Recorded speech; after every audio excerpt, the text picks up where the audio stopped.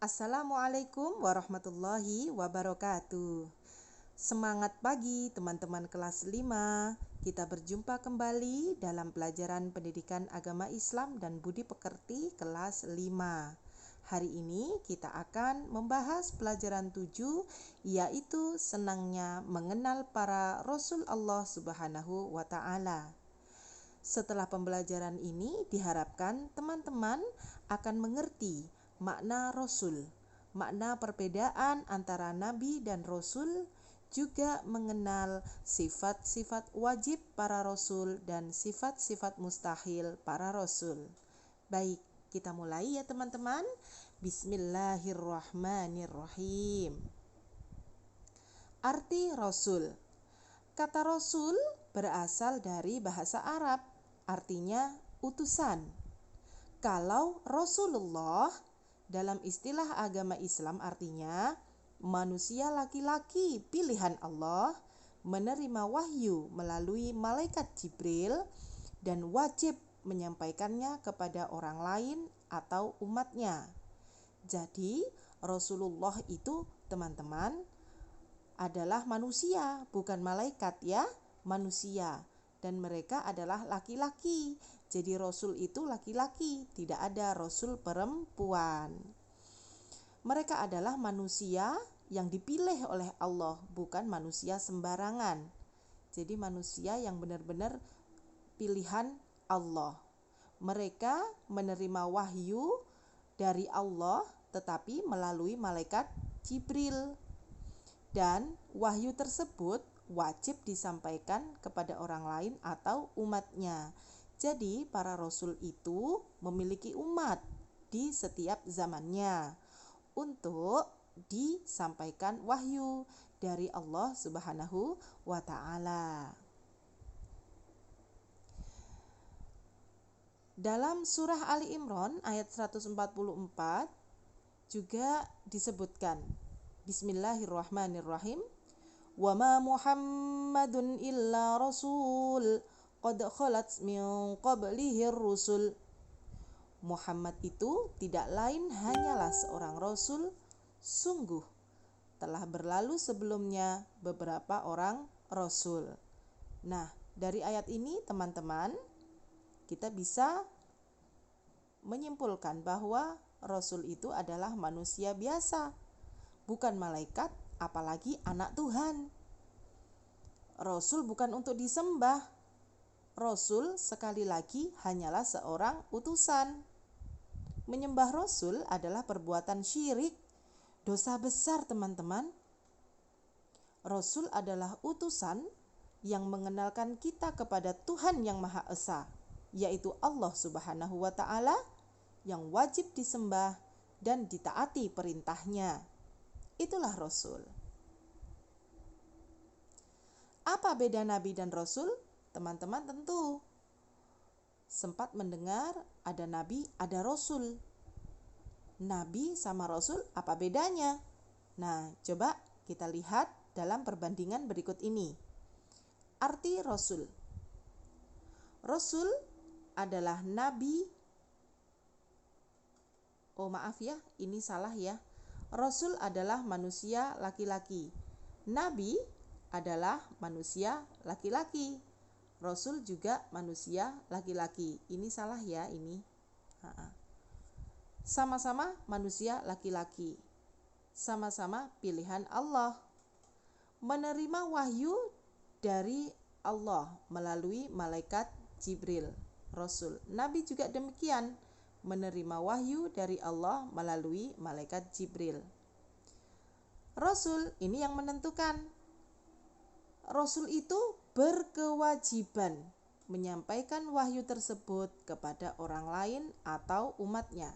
Sedangkan Nabi tidak berkewajiban menyampaikan wahyu tersebut kepada orang lain atau umatnya. Jadi Rasul punya umat tidak?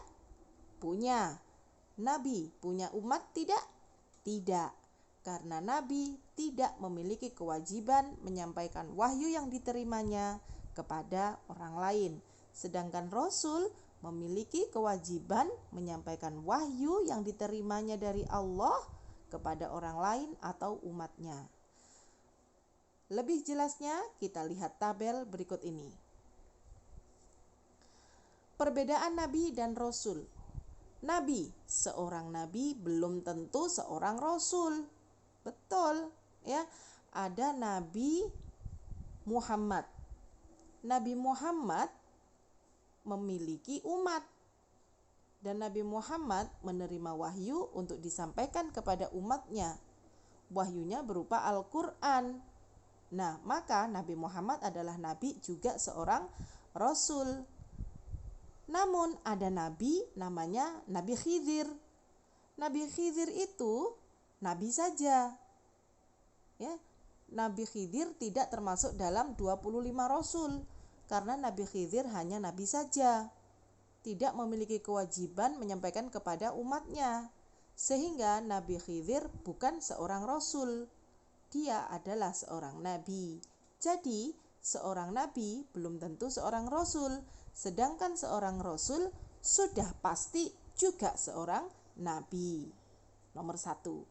Sekarang nomor 2. Nabi sebatas menerima wahyu tanpa harus mendakwahkannya, tanpa harus menyampaikan kepada orang lain. Sedangkan Rasul wajib menyampaikan wahyu, mendakwahkan wahyu kepada kaumnya atau umatnya. Perbedaannya di situ ya. Nomor 3. Nabi tidak menerima risalah kenabian, sedangkan Rasul lebih tinggi derajatnya daripada Nabi karena Rasul menerima perintah menyampaikan wahyu. Karena Nabi tadi tidak menerima perintah menyampaikan wahyu, maka Rasul memiliki kedudukan lebih tinggi karena Rasul menerima perintah menyampaikan wahyu. Nomor 4. Nabi tidak memiliki sifat tabligh. Rasul memiliki sifat tabligh. Apa sifat tabligh itu? Sifat tabligh adalah artinya menyampaikan. Nanti kita bahas ya. Nanti kita bahas setelah ini. Nomor 5. Nabi tidak memiliki umat, sedangkan Rasul memiliki umat atau pengikut. Karena tadi menyampaikan wahyu tadi.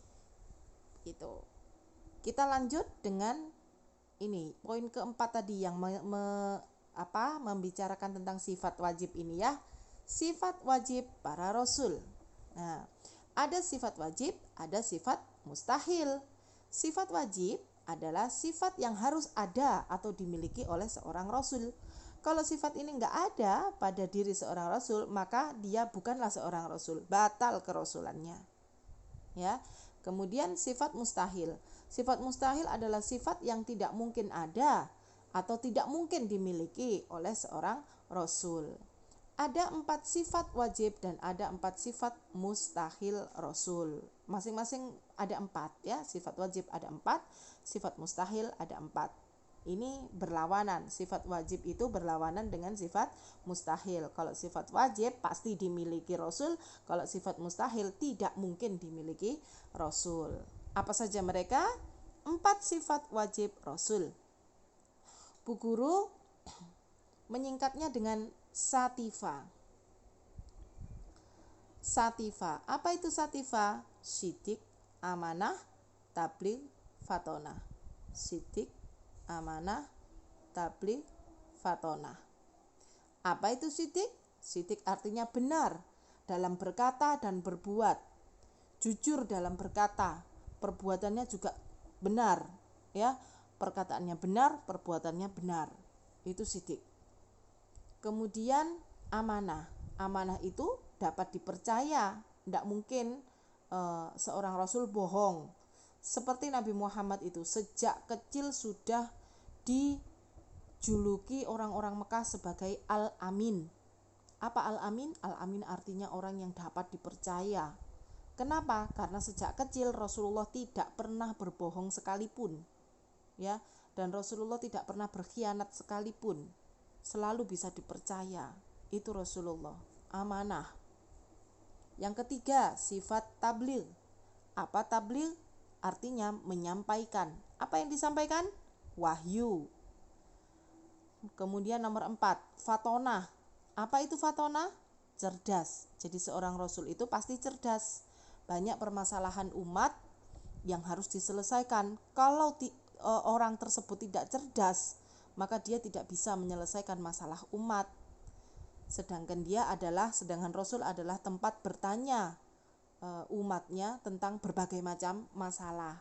Maka seorang rasul pasti fatonah atau cerdas. Nah, 4 sifat wajib rasul ini berlawanan dengan 4 sifat mustahilnya. 4 sifat mustahil rasul disingkat sama Bu Abidah kahikiba. Apa itu kahikiba? Kadzib, khianat, kitman, baladah. Kadzib artinya dusta. Kadzib artinya dusta. Kalau ngomong berbohong, perbuatannya juga tidak betul. Nah, tidak mungkin seorang rasul memiliki sifat kadzib. Dia pasti syidik. Nah, pasti syidik. Dia tidak mungkin kadzib. Yang kedua, khianat, tidak dapat dipercaya. Seorang rasul tidak mungkin tidak dapat dipercaya. Kalau tidak dapat dipercaya, bagaimana umatnya? Ya kan? Nah, seorang rasul tidak mungkin khianat. Dia pasti amanah. Oke, berikutnya nomor 3, kitman, menyembunyikan. Ya, kitman artinya menyembunyikan. Menyembunyikan apa? Wahyu. Nah, tidak mungkin satu wahyu pun dia sembunyikan. Allah pasti menegur, ya. Ditegur sama Allah. Nah, seorang rasul tidak mungkin kitman, dia pasti tabligh, menyampaikan semua wahyu yang dia terima disampaikan kepada umatnya. Nah, letak perbedaan nabi sama rasul tadi ada di sifat nomor 3 ini, tabligh. Kalau nabi tadi tidak memiliki tabligh, maka rasul memiliki tabligh, menyampaikan. Ya, menyampaikan. Oke, kita lanjutkan. Sifat mustahil, kitman, menyembunyikan, sudah. Kemudian baladah, artinya bodoh. Tidak mungkin seorang rasul itu bodoh. Pasti fatonah, pasti cerdas. Tidak mungkin seorang rasul itu bodoh. Karena apa tadi? Dia harus menjadi tempat memberikan jalan keluar atau solusi dari semua permasalahan umat, ya. Jadi rasul itu tidak mungkin baladah, pasti fatonah. Baik teman-teman, tugas kalian adalah selanjutnya menghafalkan 4 sifat wajib rasul ini beserta artinya dan 4 sifat mustahil rasul ini beserta artinya. Nah, ini ya tugasnya ya. Selanjutnya teman-teman kerjakan tugas di link berikut. Ini link ini nanti di-share Bu Abidah juga di WA grup kelas. Terima kasih teman-teman. Silahkan diputar video ini atau nanti slide-nya bisa di download untuk belajar kamu hari ini. Terima kasih. Kita akhiri dengan bacaan hamdalah. Alhamdulillahirabbil alamin. Semoga ilmunya bermanfaat. Bu Bidah akhiri. Wassalamualaikum warahmatullahi wabarakatuh.